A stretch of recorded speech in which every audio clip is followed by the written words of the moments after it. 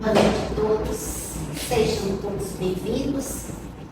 Só esclarecendo que a palestra de hoje realmente seria sobre a Páscoa, mas a palestrante, Gabi, ela não se sentiu bem, e aí o Públio veio nos socorrer, tá? E ele vai falar sobre caracteres da perfeição. Sim, ela vai falar na próxima. na próxima. Eu vou ler uma mensagem do livro Guia de Luz, chama Brilho. Não.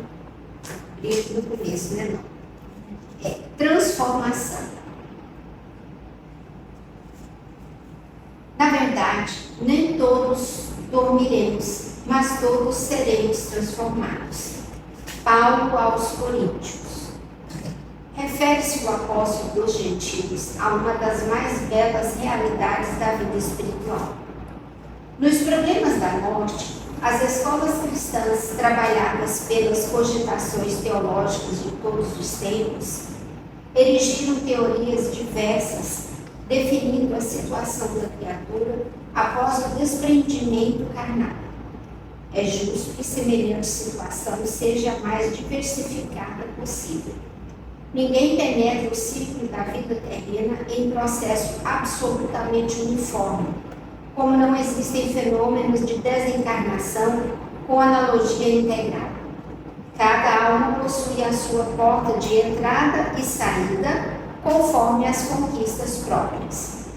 Fala-se demasiadamente em zonas purgatoriais, em trevas exteriores, em regiões de sono psíquico.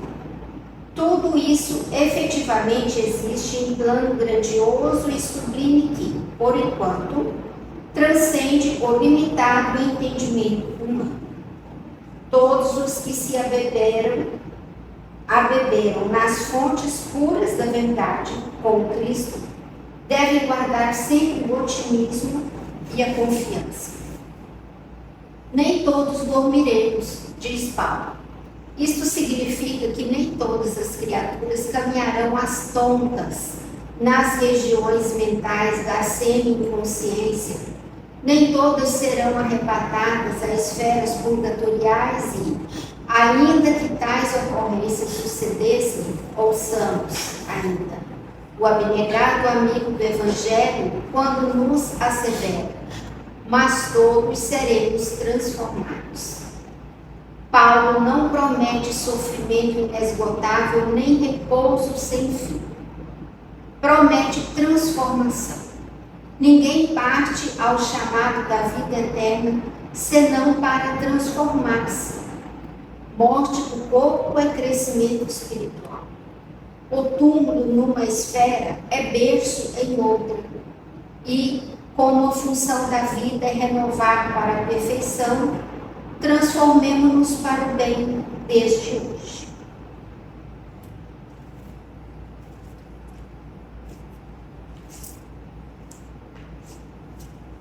Vamos buscar nos harmonizar com este ambiente de oração, agradecer a Jesus, aos mentores que nos acompanham aqui, a oportunidade de estarmos juntos e principalmente de refletirmos sobre suas mensagens que nos ajudam a nos transformarmos. E o objetivo principal da transformação é o bem, é o caminho do bem, que todos nós seguremos nas mãos de Jesus e sigamos para este caminho. Graças te damos, que assim seja.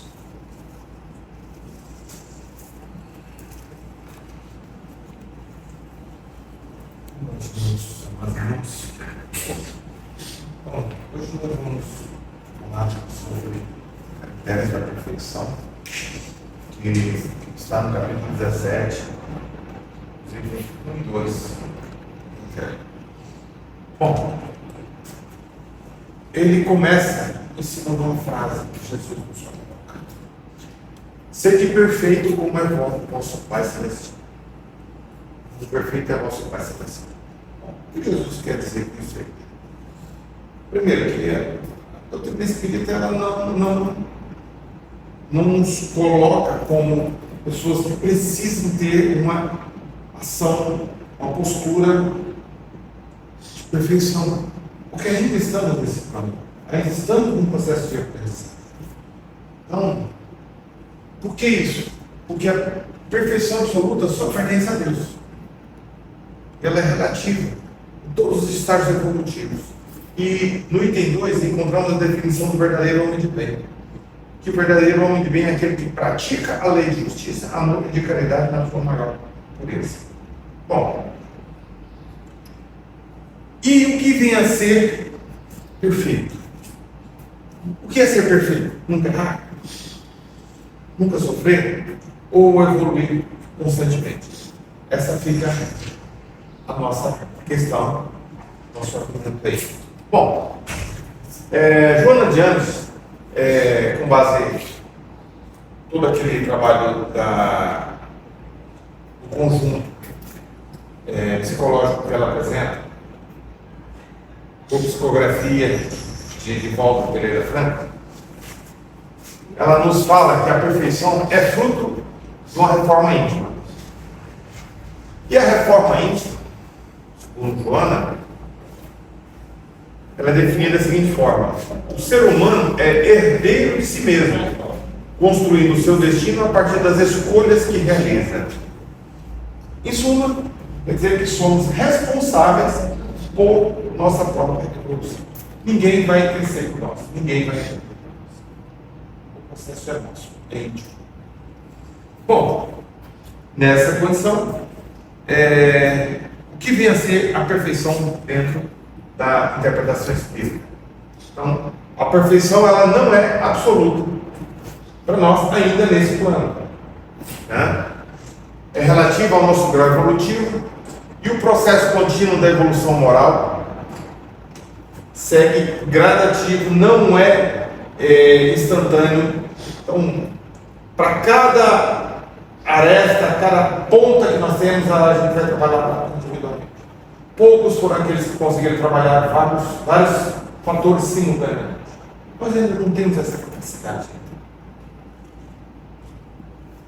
Precisamos desenvolver o autoconhecimento. É conhecermos, saber nossas limitações, nossas capacidades, nossos limites individuais. Educar nossos sentimentos não é fácil, porque lembrando que nós, nesse corpo, somos geridos também por hormônio. E hormônio em excesso, hormônio em falta, bagunça o nosso organismo e reflete também nas nossas ações. Então, essa educação dos sentimentos, a gente tem que começar a perceber que o fator biológico também influi nesse sentimento. E disciplina moral, que isso está relacionado com o ser. Então, na interpretação espírita, nada mais é que um ser abrir a sua carapaça e trazer o seu interior para fora. Então, o processo da evolução, da reforma íntima, está relacionado a você retirar aquela carapaça fechada que ainda está amarrada nessas limitações que nós temos e trazer o de mais puro que temos em nós, e como Jesus já nos falou que somos deuses. Nós temos o DNA do Pai, consequentemente nós temos condições de crescer. Bom, nesse processo, o homem de bem é o que pratica a lei de justiça, amor e caridade, né? Qual é a base dela? A perfeição? Não. É amor, caridade. É a justiça mesmo. Não tem como fugir.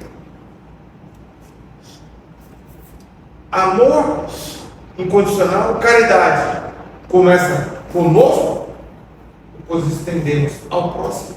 E a justiça está relacionada em todos os aspectos de equidade. Justiça moral, emocional, social, psicológica, trabalhista, profissional, comercial, em todos os aspectos. Essa condição, os caracteres da perfeição começam com amar o próximo. Será que isso é fácil? Será que eu consigo fazer isso com facilidade? Esse é difícil. Mas é um dos passos importantes para que a gente possa alcançar esse caminhar. Se não, o mais importante, que é amar o próximo. A caridade verdadeira. O que vem ser essa caridade? Eu simplesmente dar um dinheirinho no bolso e dar para alguém que está na rua pedindo? Não. A verdadeira caridade, como já nos disse Fernando, é aquela que é praticada no fundo do coração, onde eu vou colocar em prática o que eu tenho de mais importante e levar ao próximo. Então, a verdadeira caridade é nesse ponto. Domínio das más inclinações. Eu chamo a atenção muito desse termo, domínio. Domínio quer dizer que eu ainda tenho aquelas más inclinações, mas eu começo a me esforçar para controlar.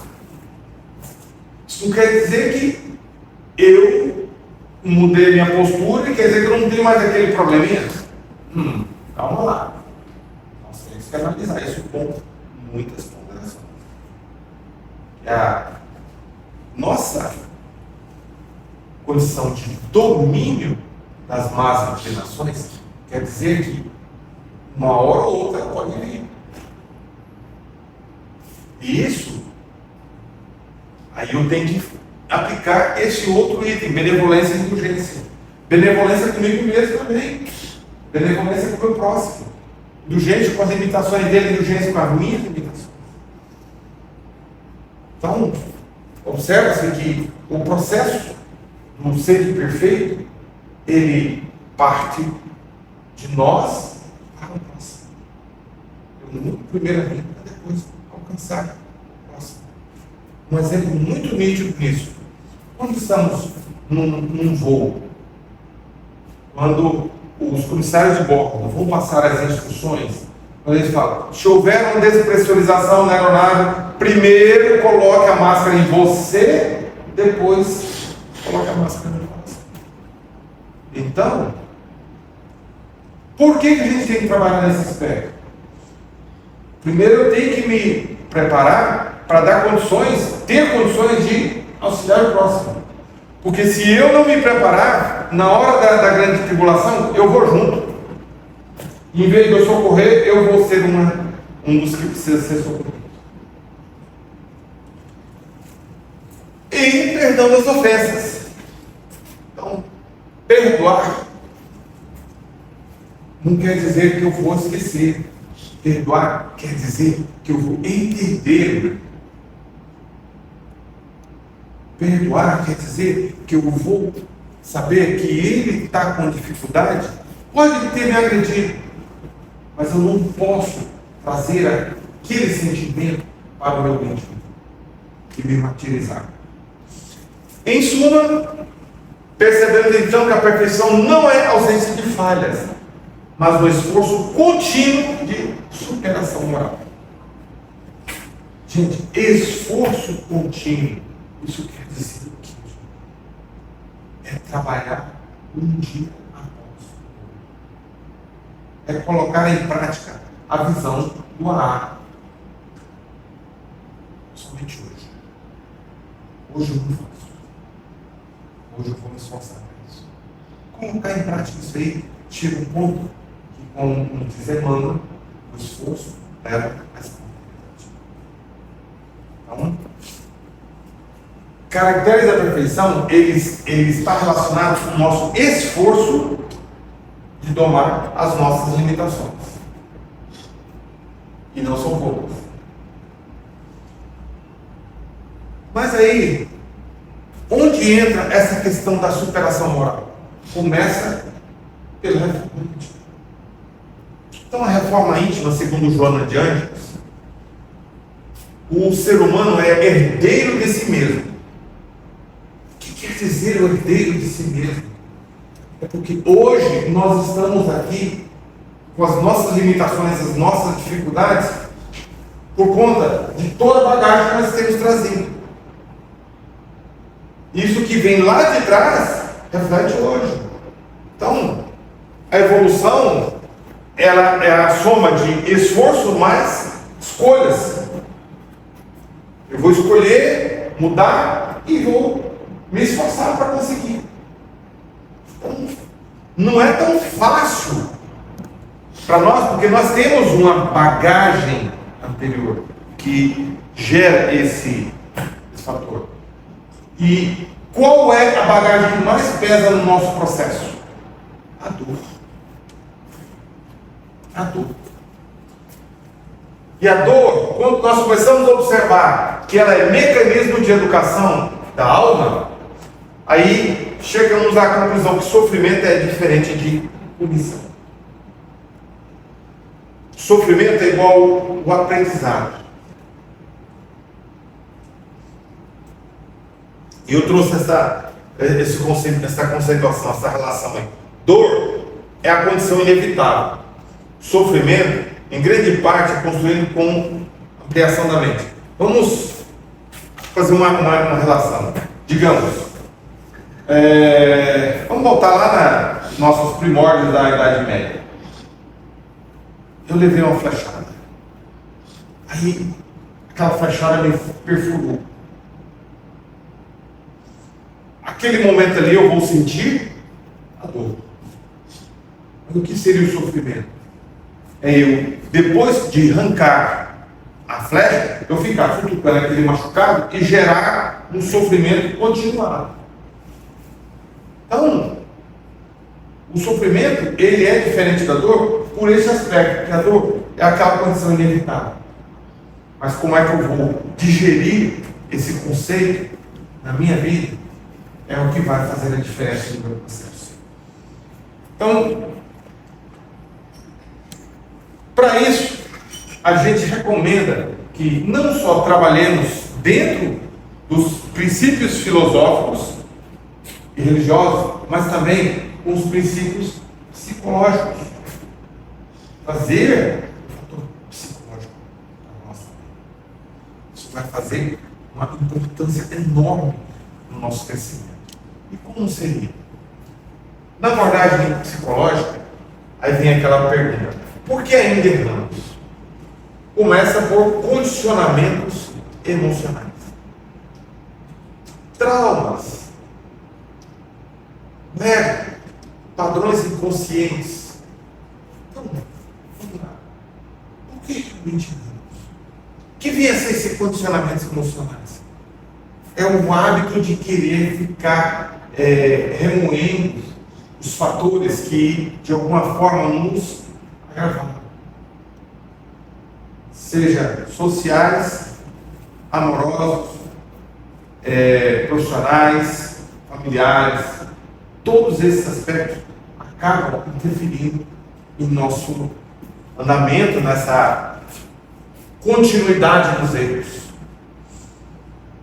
Os traumas, gente, trauma, na sua grande maioria, poucas pessoas conseguem tratar elas sozinhas. É necessário você buscar o apoio. Nem que seja o seu colega do lado, você desabafar aquele momento, que o ato de desabafar, a gente joga para fora aquele sentimento, aquela mágoa, aquela angústia. Então, o trauma precisa ser trabalhado no mais íntimo de você. Trabalhar o trauma não é tanto fácil. Nem todos têm a capacidade de aceitar olhar para o seu íntimo, saber das suas limitações, das suas falhas. Por que isso? Porque mexe com o ego. Vai mexer com o ego. E esse danadinho. Vamos trabalhar com isso. E trabalhar o ego é difícil. Porque o ego, inicialmente ele foi introjetado no nosso ser por questões de sobrevivência. Estamos num planeta que ainda é muito... ainda estamos em alguns fatores primitivos e precisamos buscar sobrevivência. E o ego foi trabalhado intimamente no nosso ser para nos preservar. Mas à medida que vamos evoluindo, nós temos que trabalhar esse ego. Precisamos dele? Precisamos, mas ele não pode ser exacerbado. E trazendo padrões inconscientes. O que seriam eles? Fatores relacionados ao movimento de massas. Ou seja, tomarmos ações porque os outros estão tomando. Está fazendo porque o outro fez. E não porque a gente efetivamente quer. Também entra em um complicador. Então, nesse aspecto, o ser humano não erra apenas por ignorância, mas por condicionamento. Muitas imperfeições têm raiz em experiências passadas, inclusive reencarnatórias. Traumas e conflitos internos, crenças limitantes e mecanismo de defesa do ego. Então, as experiências passadas, elas trazem toda a nossa história desse plano físico aqui e no plano espiritual. Então, como é que eu vou trabalhar isso na minha vida? Eu vou entender essas condições de fatores encarnatórios. Nem sempre conseguimos. Porque temos algumas crenças limitantes que trazem a nossa mente a querer nos mantermos só naquela linha. Que quando a gente abre a mente, a gente é obrigado a mudar. Porque se eu estou só com aquele tapa-olho, sigo só naquela rota, naquele caminho, é fácil, é cômodo. Mas quando eu tenho que abrir a minha mente, abrir a minha visão, imediatamente eu mudo. A mudança não é fácil.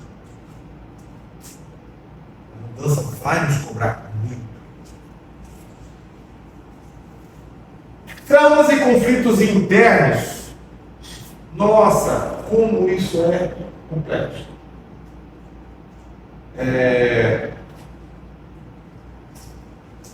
Hoje, na nossa sociedade, nós estamos com problemas muito sérios. Pessoas que estão em conflitos consigo mesmo, com o seu ser, com o seu corpo, com a sua condição social. Não aceita aquela condição. Por quê? Porque foi introjetado também crenças limitantes que para você ser feliz você tem que ter dinheiro, para você ser feliz você tem que ter casa, você tem que ter um carro do ano, você tem que ter um celular novo. Isso são exemplos. Essas são crenças que foram impostas. A verdadeira felicidade, ela está no ser. Eu comecei a perceber esse aspecto quando numa palestra um colega comentou o caso do Chico com um senhor que veio para os atendimentos das psicografias, e esse senhor no dia lá chegou acompanhado de outras pessoas, tinha muitas posses. E eu não lembro bem o histórico do processo, mas pessoa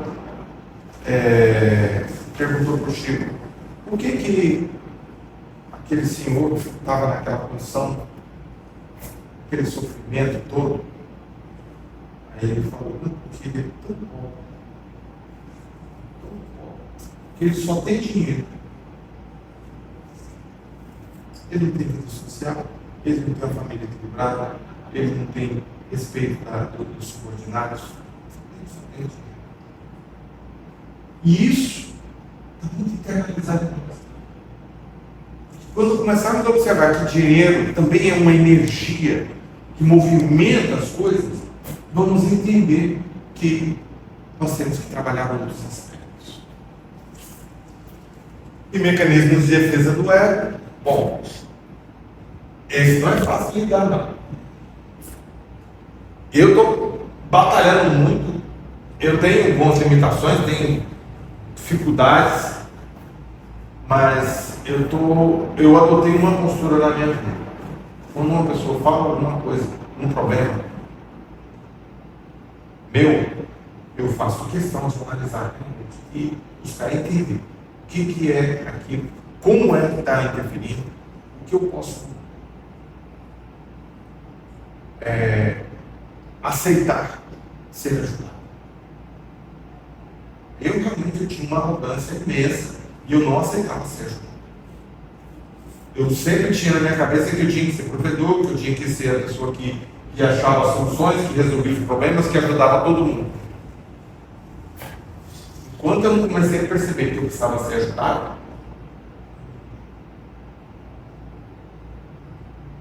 e essa mudança, ela mexe muito com a gente. Mexe bastante. Bom, e onde vem a raiz dessas imperfeições? O orgulho está relacionado com a nossa segurança. A raiva relacionada com dor. Impaciência relacionada com a ansiedade. E não é só comportamento, é emoção profunda. Então, orgulho e vaidade estão muito próximos. Orgulho eu acho que é um dos fatores mais difíceis que tem que mexer no nosso ser. Porque se você tem orgulho de alguma coisa, de alguma ação, para você quebrar aquele paradigma e deixar o fator passar, você tem que abrir mão daquela comodidade. Isso não é fácil. Raiva gera, ela está relacionada muito com a dor que nós já sentimos ou que teoricamente achamos que foi nos causado. Por que teoricamente?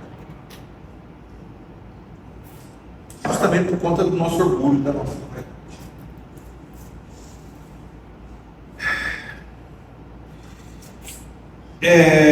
E hoje, na atual condição que estamos vivendo no planeta, nós estamos com um problema muito, muito sério relacionado à ansiedade, excesso de informações.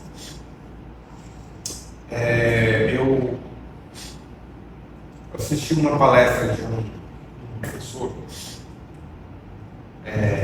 e ele comentando o seguinte: hoje, em um dia, nós recebemos informação o equivalente a 20 anos de uma pessoa comum há 40 anos atrás. O que isso quer dizer?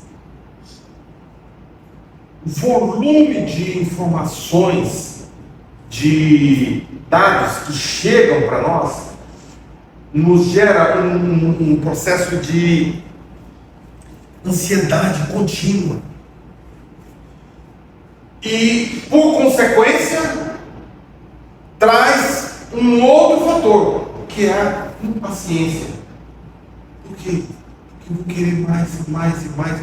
Eu quero chegar mais, me traz mais. Aquilo, eu não fico satisfeito com o pouco que eu tenho ou com a condição que eu tenho. E se eu quero mais, eu não vou buscar outros meios para alcançar aquele resultado que eu queira. Eu quero ganhar tudo de mão beijada, sem esforço. Então, a impaciência e a ansiedade estão gerando fatores psicológicos severos na sociedade. Então, na visão psicológica, as imperfeições não é só comportamento, está relacionado com as emoções do eu. Isso gera conflitos. O que são esses conflitos? Conflitos existenciais são reflexos das lutas. O problema não está fora, está dentro.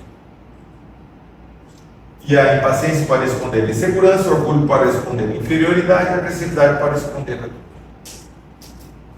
Então, esses aspectos nos levam a uma condição. O que seria isso? Um processo de transformação. E o que vem a ser essa transformação? Primeiro, autopercepção. Ou seja, eu me perceber como eu sou. Eu me conheço. Eu me aceito. A autoaceitação, importantíssima. Porque se eu não me conheço e eu não me aceito, o que vai acontecer de mim? Eu não me transformo. Então, eles estão correlatos. Então, o processo de transformação é exatamente isso que nós temos na figura. É nós rompermos essas crostas que estão agregadas a nós. Isso vai demandar esforço continuado. Nesse fator, o que recomendamos? Que se trabalhe o fator emocional. Então, a inteligência emocional tem que ser trabalhada. Isso precisa de ajuda externa. Inteligência emocional não dá para trabalhar sozinho. Autoconhecimento é consciência moral. Autoconhecimento, o que eu vou precisar entender? É saber até onde eu vou alcançar, que eu quero alcançar, quais recursos que eu tenho, como que eu vou fazer para chegar lá. Se eu dou conta disso sozinho, beleza. Se eu não dou, eu tenho que buscar ajuda. E acima de tudo, eu tenho que aceitar a ajuda. E eu consigo aceitar a ajuda? Começa por onde? Na consciência moral. Porque na consciência moral, o que trabalha? A mudança do ser, do indivíduo. Então, eu começo a aceitar o meu próximo, eu começo a aceitar a sociedade, eu começo a aceitar as minhas condições e trabalhar. Se eu quero mudar, eu vou buscar esforços para ter essa condição. Bom, nesse aspecto, entra um conceito importante. As virtudes precisam ser treinadas. Que é isso? Treinar virtude significa que eu tenho que trabalhar aquilo continuamente, porque nem sempre eu vou conseguir manter aquela condição. Sempre eu vou dar conta de ser a pessoa alegre, sorridente, satisfeita. Não, tem hora que eu quero ficar quietinho no meu canto, tem hora que eu quero minha introspecção, eu não vou dar nem bom dia para ninguém. Ela tem que ser trabalhada. Então, a virtude, ela precisa ser treinada. Então, a consciência moral aqui, ó, no meu entendimento, ela parte deste conceito. Treinar as virtudes. O que quer dizer? Que ela pode oscilar. No momento que ela cair, eu perceber, eu tenho que aceitar que aconteceu, beleza, não vou me martirizar por isso, vou mudar e vou continuar crescendo. O que eu estou fazendo aqui? Estou treinando as minhas virtudes, estou trabalhando para se fortalecer. Bom, o processo psicológico de evolução começa por onde? Autopercepção. Reconhecer as emoções, pensamentos e padrões. Autopercepção se o ego não tiver atenuado, a gente não consegue. Por que eu falo atenuado? Porque não vamos conseguir eliminar. E nem podemos, porque ele faz parte do nosso ser. Autoaceitação é acolher-se sem culpa destrutiva. A culpa faz parte da nossa vida, faz parte do nosso ser. Mas como ela vai ser introjetada no meu eu, aí que vai fazer a diferença. Porque a culpa nos leva à mudança. Mas se ela entra destrutivamente, a gente vai para o fundo. Autotransformação é agir conscientemente para mudar. Se eu tenho por exemplo, de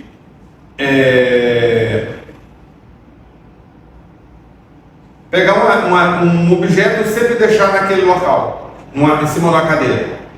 Pegar um computador e colocar em cima da cadeira. Aí vem a Guta fala, Público, tira daqui e põe na mesa. Aí eu vou pegar o computador, coloquei na mesa. Aí novamente eu coloco lá. Aí lá vai a Guta e fala, Público, tira o computador da cadeira, ponha na mesa.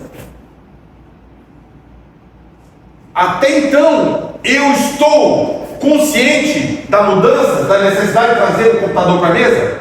Não, eu não estou com consciência. Mas a partir do momento que eu coloquei na mesa, aí ele diz, opa, ele não pode ficar aqui. Eu vou tirar o computador e já coloco na mesa. Sem uma ação externa. Esse é o momento que eu estou rompendo essa barreira, iniciando essa condição de mudança consciente. E Joana de Anjos nos reforça aqui. Conhece a ti mesmo e te conhecerás melhor para te renovares. O processo de mudança ele é terapêutico para a alma. Joana é bem contundente, ela gosta de meter o dedinho na ferida lá. Essa autotransformação, se nós conseguirmos levar ela adiante como ela é recomendada, a mudança ela vai acontecer de forma não agressiva. Porque mudança agressiva também não nos favorece. Por quê? Porque aqui nós vamos ter esse aspecto, uma culpa destrutiva.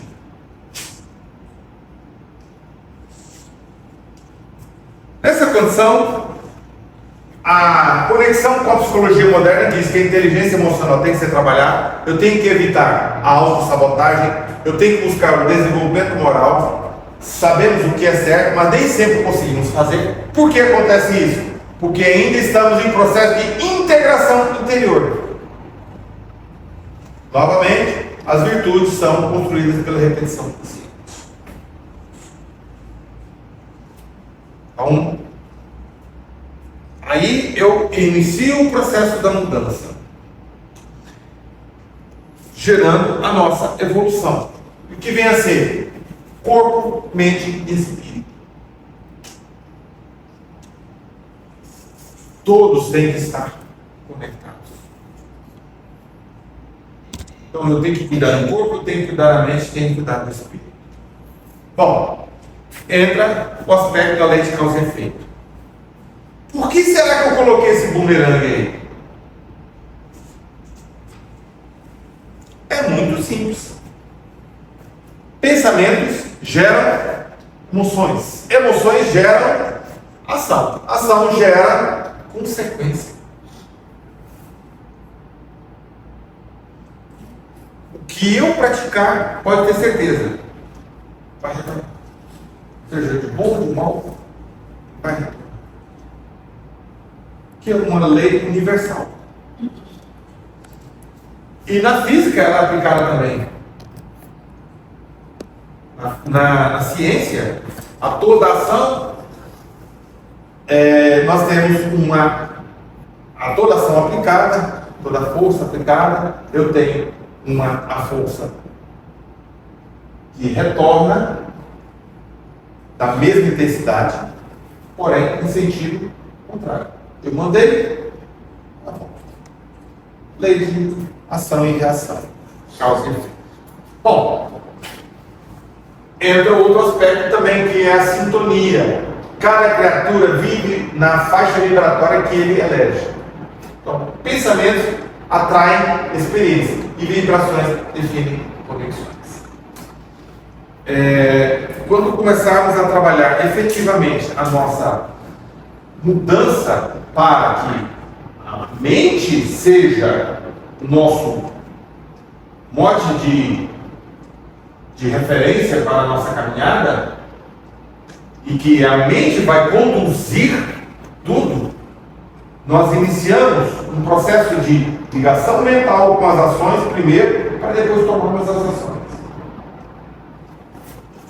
Então, os pensamentos vão trair as experiências. O que eu penso, eu realizo. E vibrações definem as conexões. Então, a lei de sintonia, ela está relacionada com o que nós atraímos para nós. Semelhante atrai semelhante. O que eu vibro vai gerar uma interação de forma que pessoas que vibram no mesmo padrão vibratório começam a se aproximar de mim. Sejam encarnados ou desencarnados. O padrão vibratório vai influenciar consideravelmente. Então, assim, a lei de sintonia, ela, segundo Joana, cada criatura vive na faixa vibratória que elege para si. Então, o que quer dizer esse eleger para si? Eu considero a minha condição vibratória o que eu trabalho na minha mente, no meu sentimento. Se eu vibro bem, vou atrair coisas boas. Se eu penso em coisas boas, vou atrair coisas boas. E assim, sucessivamente. Então, pensamentos elevados atraem equilíbrio. Pensamentos negativos geram perturbação. Semelhante atrai semelhante. Consequência espiritual disso aí, que buscar a perfeição é elevar padrões mentais, refinar sentimentos e harmonizar-se com as leis divinas. E não basta fazer o bem, é preciso sentir o bem. Eu acho que essa frase aqui resume todo esse trabalho da mudança do ser.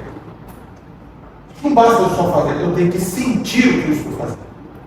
Que é colocar em prática a mudança interior que eu estou tendo, eu vou externalizar para o meu coração. Aí eu tenho que trabalhar com a integração total do ser. Os desequilíbrios surgem quando há desconexão. Então, mente negativa, o corpo adoece. Emoções densas, o espírito sofre. O espírito em conflito, a vida desarmoniza. Então, a perfeição envolve higiene mental, equilíbrio emocional e disciplina espiritual. Isso não é fácil, não. Começa aqui, higiene mental. Começa por onde? O que você vê, você lê, você assiste, você escuta. Isso influi na sua mente. Se você só assiste programas que falam de guerras, de lutas, de problemas sociais, de desgraças, você está traindo aquilo para você. Se você filtra essas informações, vai já ter uma mudança considerável. Essa higiene mental começa, por exemplo, hoje nós temos um cara complicado. Celular. O que eu fiz para me ajudar nesse processo? Eu desativei tudo quanto é notificação dele. E coloquei o celular no silencioso. Muito raramente eu coloco meu celular tocando. Eu olho, verifico, tranquilo. Equilíbrio emocional. Como é que eu tenho meus relacionamentos? Começa pelo familiar. Como é que é a sua vivência com o seu companheiro, com a sua companheira, com seus filhos, com seus irmãos, seus pais? Aí parte dos vizinhos, dos colegas de trabalho, do cidadão na rua. E hoje, com essa polarização triste que nós estamos vivendo, a gente viu uma notícia na TV, na internet, um cidadão que fez uma ação lá não apropriada. Imediatamente o que eu faço? Eu começo a mentalizar e jogar pensamentos ruins para essa pessoa.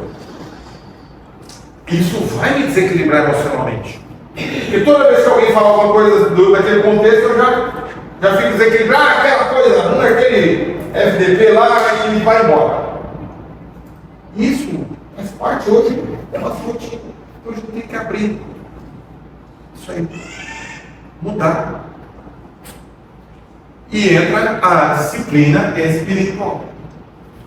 Que a disciplina espiritual está relacionada com o nosso padrão de vida. Que eu vibro, eu atraio.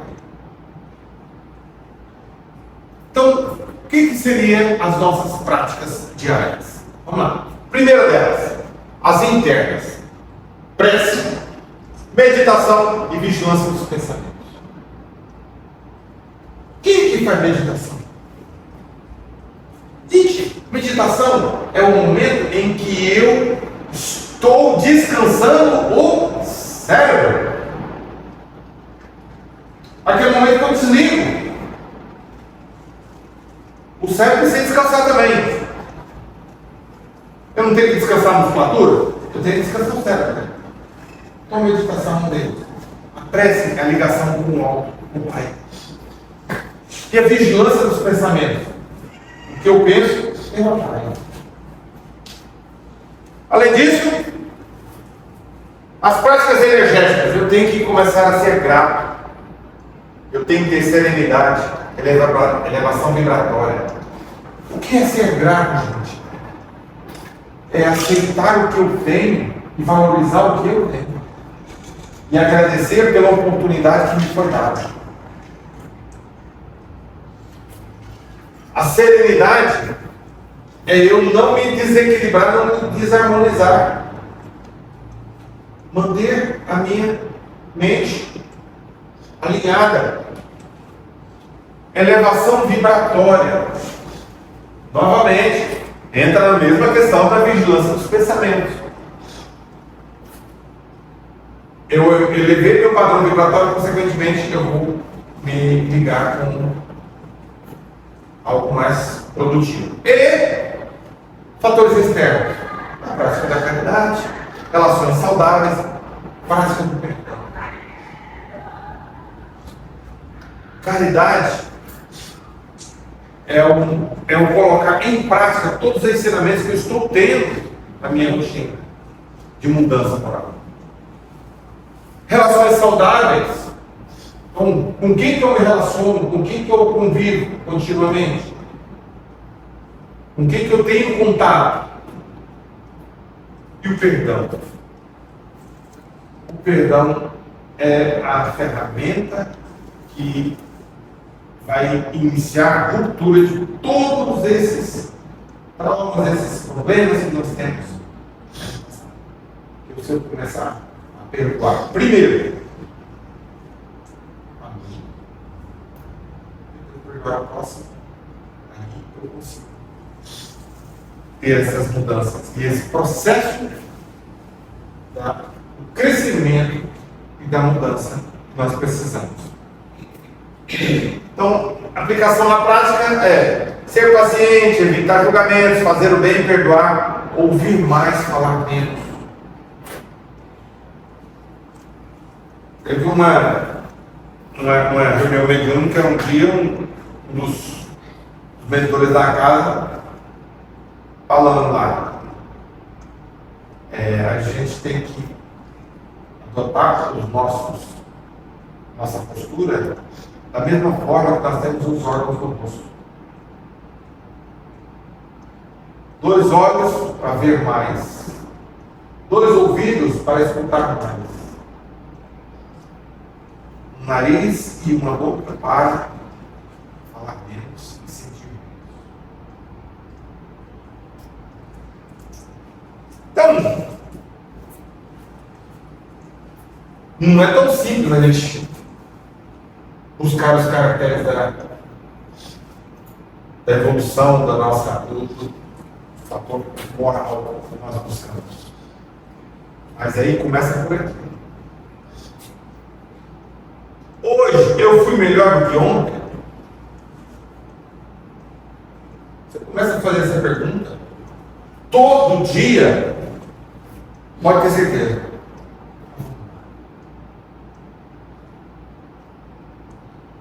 Vez ou outra eu esqueço.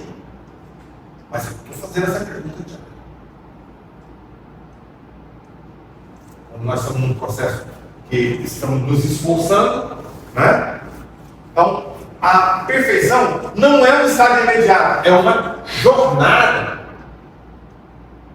A gente não muda no estalar de dedo, não. A mudança ela é suave. Não somos chamados à perfeição instantânea, mas ao aperfeiçoamento constante.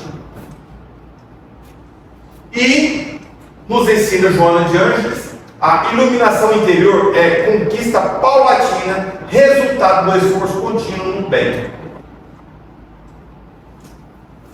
E ela encerra naquele texto lá: o amor é o grande libertador das consciências.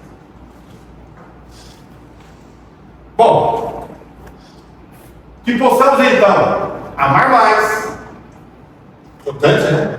Julgar menos, servir melhor e perseverar sempre, porque no fundo ser perfeito é aprender.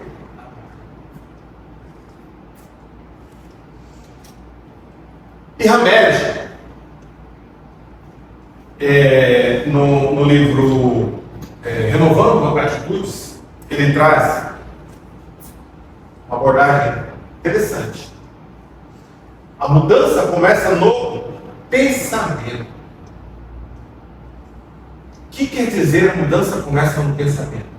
Se eu mentalizo, eu já começo a organizar as coisas que eu tenho que fazer. A minha mudança é o primeiro passo. Isso quer dizer que eu quero mudar. Depois, as emoções mal trabalhadas geram sofrimento. Então, eu tenho que começar a trabalhar bem essas emoções, essas angústias, esses traumas. Se eu não dou conta de trabalhar sozinho, o que é que eu tenho que fazer? Buscar apoio.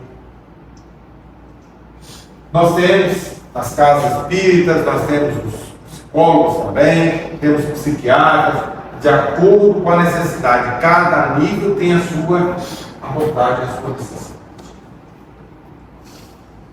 Mas na boa parte dos casos, A mudança, ela não é só numa vertente que você vai buscar apoio. Tem que ter mais de uma. Ou seja, você tem que buscar o apoio espiritual, mas também tem que buscar o apoio psicológico e também tem que buscar, dependendo dos casos, o apoio psiquiátrico.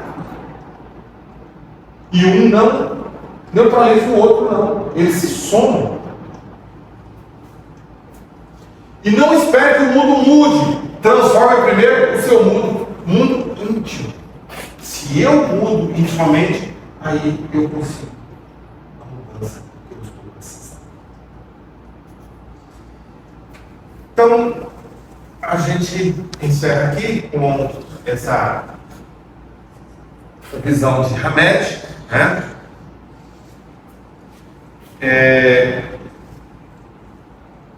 Como gratidão, a vida é feita de escolhas, e a minha melhor escolha é ser grato todos os dias. Então, o critério de perfeição, eu entendo que começa por aqui. Eu trouxe um texto, um poema do livro Parnaso de Além-Túmulo, que é o primeiro livro que foi psicografado por Chico Xavier, um poema de Cassimiro Cunha. Quem foi Cassimiro Cunha?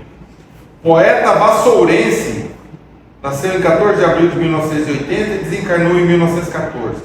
Pobre, ademais, espírita confesso. Não teve maior projeção no cenário literário de seu tempo, malgrado a suavidade de sua musa e inatos talentos literários. Órfão de pai aos 7 anos, apenas frequentou escolas primárias, mas se desenvolveu muito. Era um espírito jovial e forte e sabia aproveitar o enobrecimento de sua fé. Só me engano, tem 4 anos.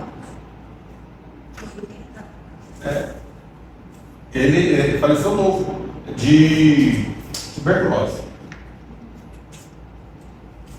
Na época não tinha recurso. Só que essa psicografia é do espírito, não é do encarnado.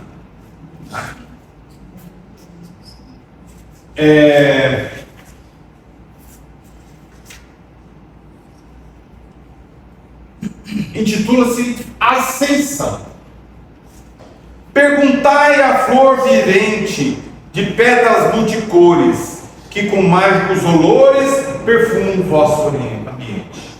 O que fazem cá no mundo tão viçosas, perfumadas, pelas sendas desoladas desse abismo tão profundo? Como sorrisos dos céus, essas flores perfumosas responderiam formosas: nós marchamos para Deus. A ave que poetiza com seus cânticos maviosos vossos campos dadivosos em beleza que harmoniza.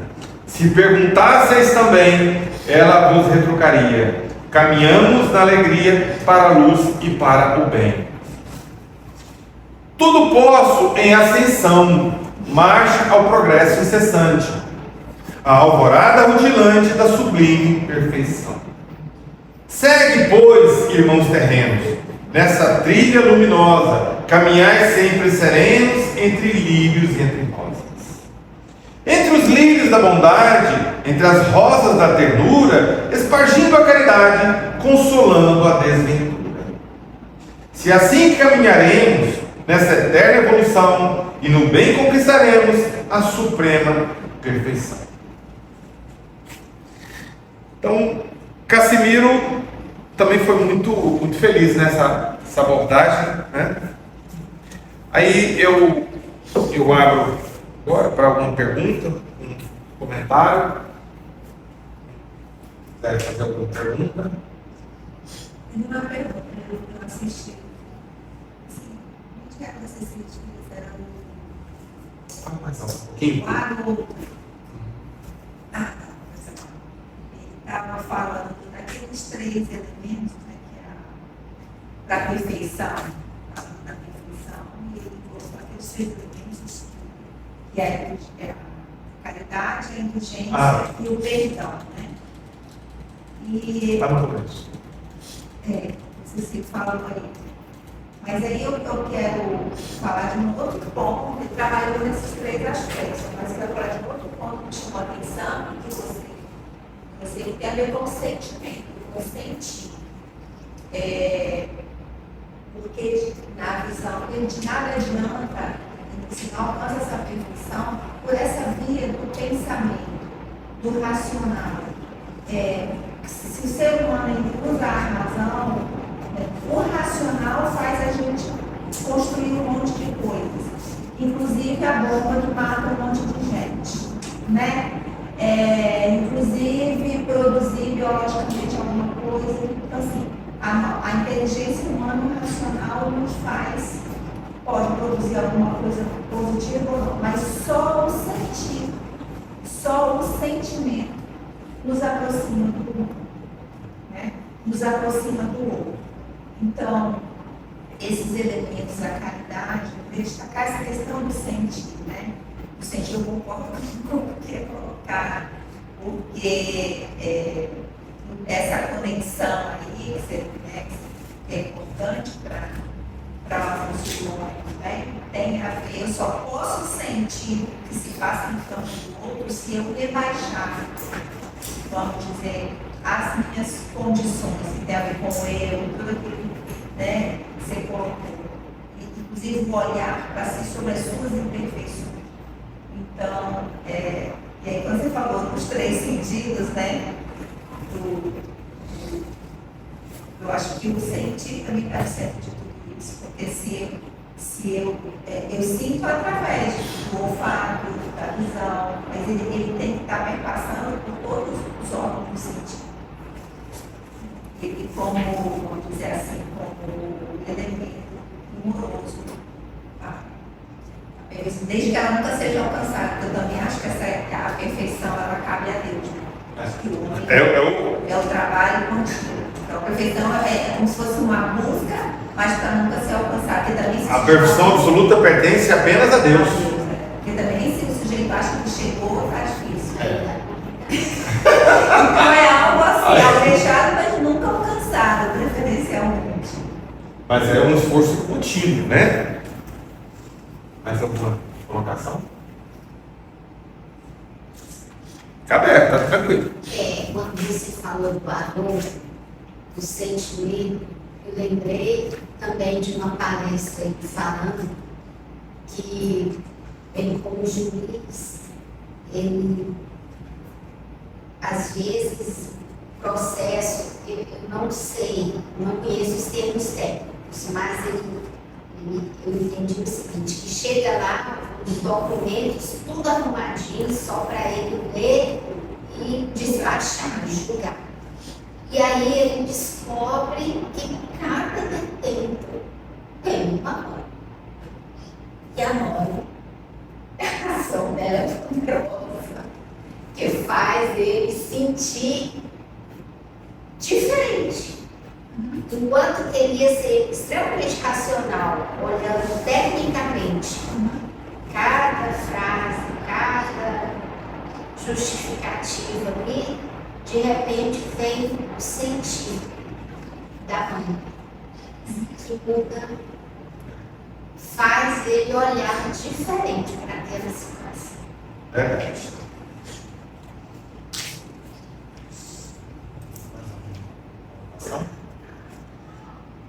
Bom, a nossa prece hoje vai ser um poema do livro Momentos de Ouro, de Francisco Cândido Xavier, Espíritos Diversos. Esta é de Maria Dolores. Então, vamos lá. Não percas tempo. Não deixes para mais tarde a palavra calma e boa, que salva a língua e perdoa, curando ofensas ou pesar. Talvez muita gente esteja na pauta do que te digo, pedindo-te um gesto amigo que não se deve adiar. Às vezes, um só abraço, uma frase ou um sorriso, temos nós o que é preciso em qualquer reparação. Faze agora o bem que possas. Não aguarde outro dia.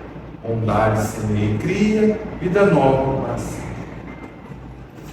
Haja o que houver em caminho, não guardes ressentimento. Todo minuto é momento de ajudar e recomendar. Não apontes nem lastimes, a incompreensão que te alcança. Para quem segue a esperança, Deus é a presença. Possamos realmente mudar. Essa é a nossa proposta. O caractere de perfeição é mudar.